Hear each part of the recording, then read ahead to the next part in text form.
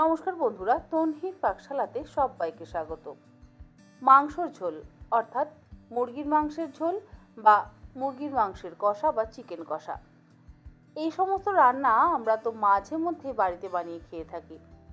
আমি অনেক রকম রেসিপি আপনার সঙ্গে শেয়ার করেছি, আপনারা অনেকেই আমার রেসিপি ট্রাই করে আমাকে ফিডব্যাক জানিয়েছেন।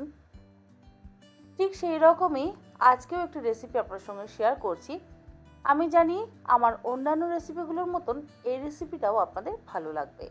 তাহলে দেখে নেওয়া যাক আজকের এই রেসিপিটি। মাংসের ঝোল বানাবার জন্য ব্যবহার করেছি 1 কেজি উইথ বোন চিকেনের থাইয়ের পিস। পেঁয়াজ নিয়েছি দুটো মিডিয়াম সাইজের। খুব বেশি পেঁয়াজ আমি এই রান্নাতে ব্যবহার করি না, অল্প পেঁয়াজেই রান্নার স্বাদ কিন্তু হয় অসাধারণ। আর পেঁয়াজের খোসা ছাড়িয়ে পেঁয়াজ দুটো লম্বা লম্বা স্লাইস করে কুচিয়ে নেব। পেঁয়াজ কুচানো হয়ে যাওয়ার পর আমি হামালদিস্তের মধ্যে নিয়ে নিচ্ছি 20 থেকে 22 কোয়া রসুন। রসুন এখানে একটু বেশি ব্যবহার করছি।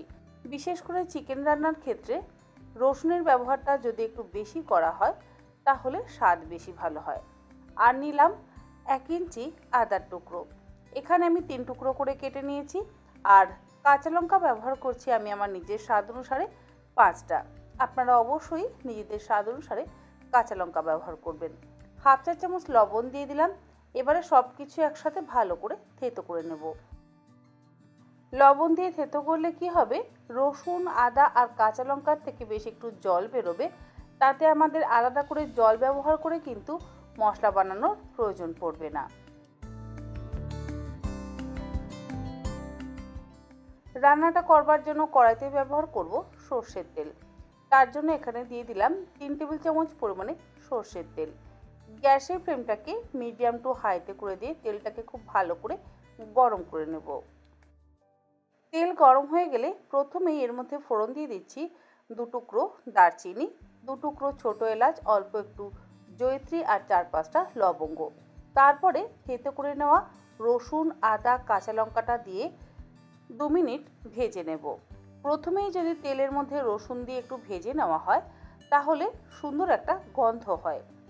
এক সময় আমি অবশ্য পেঁয়াজ ব্যবহার করি প্রথমে, কিন্তু দেখবেন রসুন যদি ফোড়ন দিয়ে রান্না করা হয় স্বাদ বেশি ভালো হয়। এরপরে দিয়ে দিলাম কুচিয়ে নেওয়া পেঁয়াজটা দিয়ে এবার গ্যাসের ফ্লেমটাকে হাইতে করে নিয়ে খুব ভালো করে একটু ভেজে নেব। মিনিট 3 পেঁয়াজটা ভেজে নেওয়ার পর এর মধ্যে বাকি আদা রসুন আর কাঁচা লঙ্কাটা দিয়ে দিলাম। এরপরে গ্যাসের ফ্লেমটাকে হাইতে করে দিয়ে আরও 2 মিনিট আমি ভেজে নিচ্ছি। প্রথমেই তো আমি রসুনটাকে কিছুক্ষণ ভেজে নিয়েছিলাম, তারপরে আবার বাকি রসুনটা দিয়ে মশলাটাকে কষিয়ে নিচ্ছি। এরপর এর মধ্যে একে একে গুঁড়ো মশলাগুলো দিয়ে দেব। প্রথমেই দিচ্ছি হাফ চা চামচ পরিমাণে হলুদ গুঁড়ো, 2 চা চামচ পরিমাণে দিলাম কাশ্মীরি লঙ্কার গুঁড়ো, 1 টেবিল চামচ পরিমাণে দিয়ে দিচ্ছি ধনে গুঁড়ো। জিরে গুঁড়োর ব্যবহার কিন্তু করছি না, শুধুমাত্র ধনে গুঁড়োরই ব্যবহার করছি। আর দিচ্ছি স্বাদ অনুসারে লবণ। রসুন বাটার সময়তেও কিন্তু আমরা লবণ ব্যবহার করেছিলাম, তাই অবশ্যই লবণটা বুঝে ব্যবহার করতে হবে। গ্যাসের ফ্লেমটাকে হাইতে করে দিয়ে মশলাটাকে খুব ভালো করে কষিয়ে নেব। মিনিট 5 সময় ধরে মশলা কষানো হয়ে যাওয়ার পর এর মধ্যে আগে থেকে ধুয়ে জল ঝরিয়ে রাখা মাংসের টুকরোগুলো দিয়ে দিলাম। তারপরে একসাথে ভালো করে কষিয়ে নিচ্ছি। গ্যাসের ফ্লেম হাইতেই রেখেছি। মিনিট 5-7 সময় ধরে মশলা দিয়ে মাংসটা কষিয়ে নেওয়ার পর এর মধ্যে ব্যবহার করব টক দই। মোটামুটি এখানে আমি হাফ কাপ পরিমাণে টক দই ভালো করে ফেটিয়ে নিয়ে সেই টক দইটা এর মধ্যে দিয়ে দিলাম। এই রান্নাতে জলের ব্যবহার কিন্তু একেবারেই করছি না। টক দই ব্যবহার করলাম, তার মধ্যে যা জল আছে আর মাংস থেকে যা জল বেরোবে সেই জলেই কিন্তু মাংসটা সুন্দরভাবে সেদ্ধ হয়ে যাবে। টক দইটা দিয়ে এবার মাংসটাকে খুব ভালো করে কষিয়ে নিচ্ছি মিনিট 3-4 সময় ধরে।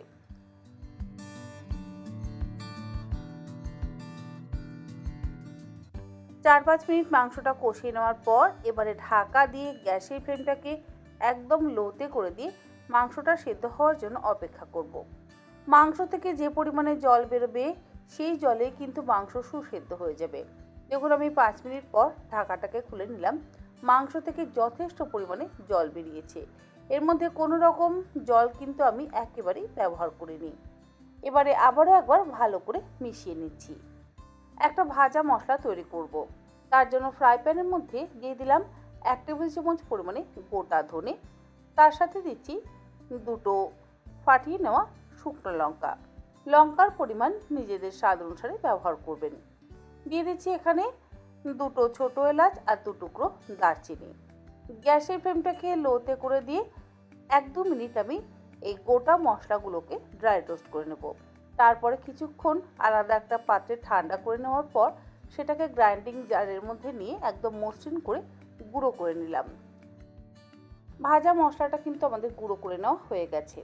অপরদিকে মাংসের ঝোলও কিন্তু মোটামুটি রেডি।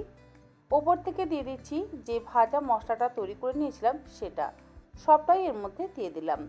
মশলাটা দেওয়ার পর এবার ভালো করে একবার মিশিয়ে নিয়ে গ্যাসের ফ্লেমটাকে বন্ধ করে দিয়ে ঢাকা দিয়ে মিনিট 4-5 স্ট্যান্ডিং টাইমে রাখবো। তারপর এটাকে সার্ভ করব। রুটি, পরোটা, সাদা ভাত সব কিছুর সাথে কিন্তু এইরকম মাংসের ঝোল খেতে অসম্ভব ভালো লাগে। যদি আপনাদের আলু দিতে ইচ্ছে হয় আপনারা অবশ্যই প্রথমেই আলুটাকে একটু ভেজে মাংসের ঝোলের মধ্যে মেশাতে পারেন। আশা করি আমার আজকের এই মাংসের ঝোলের রেসিপি আপনাদের ভালো লাগলো।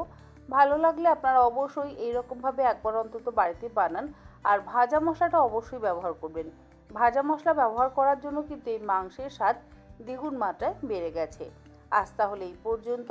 আবার হাজির হয়ে যাব অন্যদিন অন্য কোনো রেসিপি নিয়ে। ভালো থাকবেন, সুস্থ থাকবেন। ধন্যবাদ।